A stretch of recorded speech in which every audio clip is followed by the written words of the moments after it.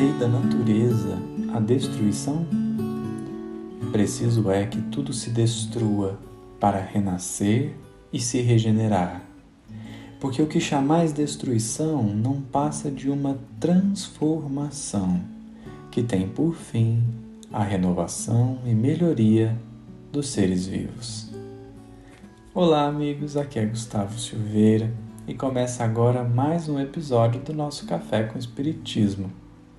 Que curioso pensar que a destruição é lei moral, não é? A destruição geralmente é vista como a morte, como o fim. Poucos têm a visão dada pelos Espíritos na questão que acabamos de ler. Preciso é que tudo se destrua para renascer e regenerar. Não tem outra saída. Mas há pelo menos uma razão para nem sempre vermos a destruição com bons olhos. E isso será pontuado na questão 729, que leremos daqui a pouco. Antes de passarmos nessa questão, é importante perceber que existe uma aparente contradição aqui. Como pode ser que destruição e conservação sejam leis morais e expressões da lei divina? Afinal de contas, é para conservar ou para destruir? Bom, para compreendermos a harmonia que existe em tudo, precisaremos da questão 729. Kardec indagou: se a destruição é necessária para a regeneração dos seres, por que a natureza os cerca de meios de preservação e conservação? Os espíritos responderam assim: para que a destruição não chegue antes do tempo necessário. Toda destruição antecipada entrava o desenvolvimento do princípio inteligente. Por isso, Deus deu a cada ser a necessidade de viver e de se reproduzir. Aqui fica claro que, em geral, o que ocorre é a conservação.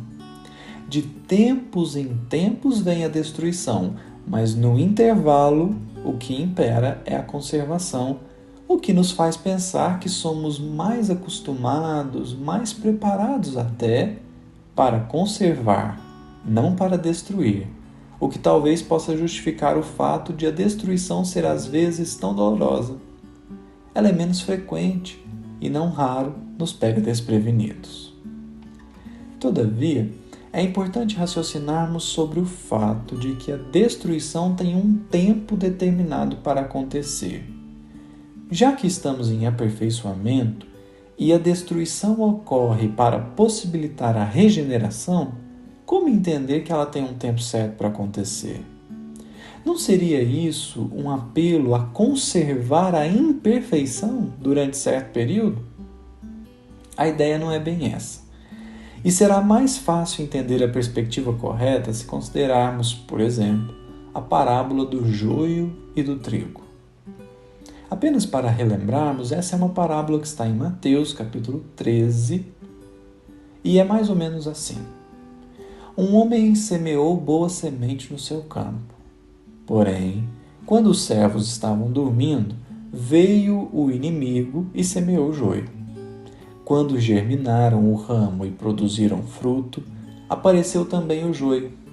E então os servos perguntaram ao Senhor: quer que recolhamos o joio?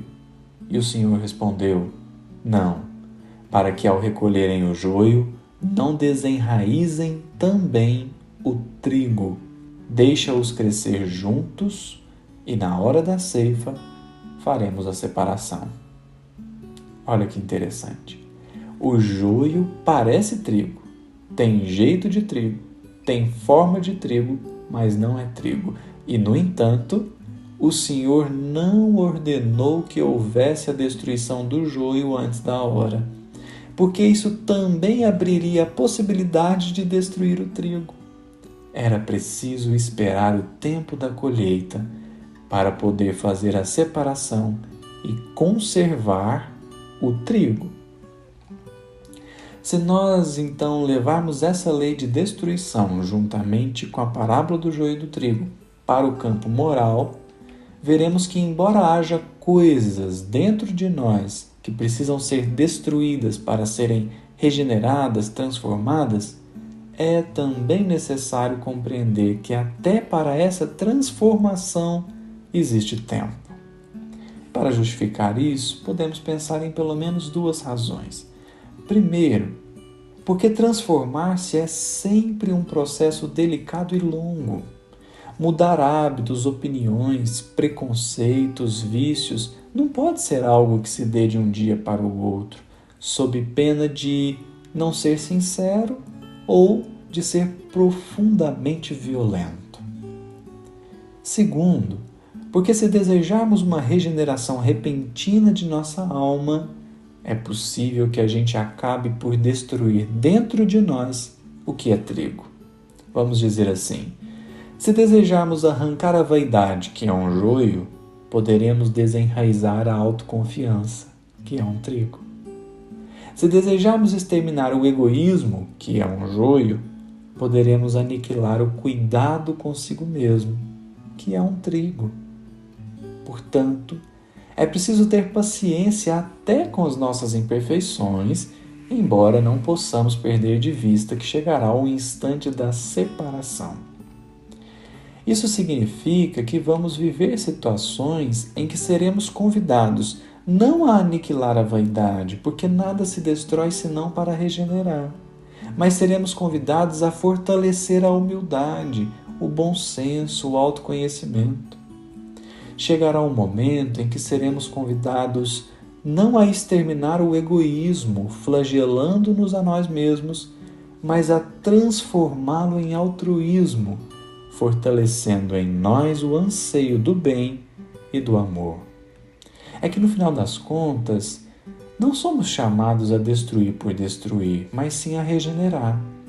Isso significa que o egoísta não será constrangido a parar de pensar em si mesmo. Ele será convidado todos os dias a pensar um pouquinho mais no próximo.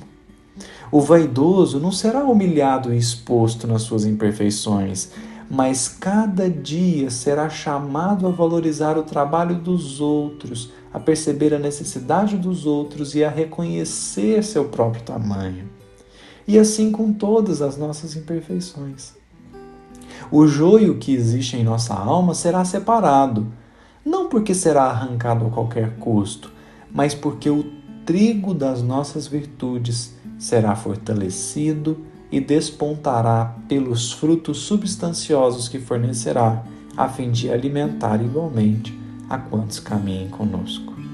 Um grande abraço a todos e até o próximo episódio do Café com Espiritismo.